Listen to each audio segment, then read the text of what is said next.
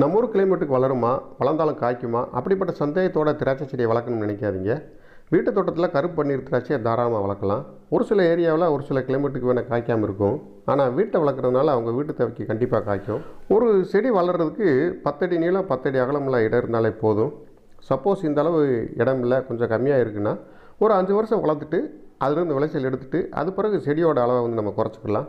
ஆனால் குறைஞ்சது ஒரு 6 மணி நேரம் சூரிய ஒளி படுற இடமா தேர்வு செய்கிறது ரொம்ப ரொம்ப முக்கியம். தரையில் வளர்க்குறதா இருந்தால் பிரச்சனை இல்லை. ஆனால் மாடியில் வளர்க்குறதா இருந்தால் கண்டிப்பாக ஒரு 50 இல்லாட்டி 100 லிட்டர் பிடிக்கக்கூடிய ட்ரம்மை பயன்படுத்தி செடியை நடவு பண்ணுங்கள். தண்ணி தேங்கி நிற்கக்கூடிய களிமண் இல்லாமல் வேறு எந்த மண்கலவையாக இருந்தாலும் பரவாயில்ல. கண்டிப்பாக பந்தல் போடணும். அது சதுரமாகவோ செவ்வகமாகவோ வட்டமாக கூட இருக்கலாம். அடிக்கடி திராட்சை செடியை பராமரிப்பு வேலை செய்ய வேண்டியிருக்கும். அதனால் பந்தலோட உயரம் அதுக்கு தோதாக இருக்கிற மாதிரி போடுங்க. ரொம்ப ரொம்ப முக்கியமாக நடவு செஞ்ச பிறகு திராட்சை செடி காய்க்கிறதுக்கு 1 வருஷம் ஆயிரும். அது வரைக்கும் வளர்க்குறதுக்கு கொஞ்சம் பொறுமையும் வேணும்.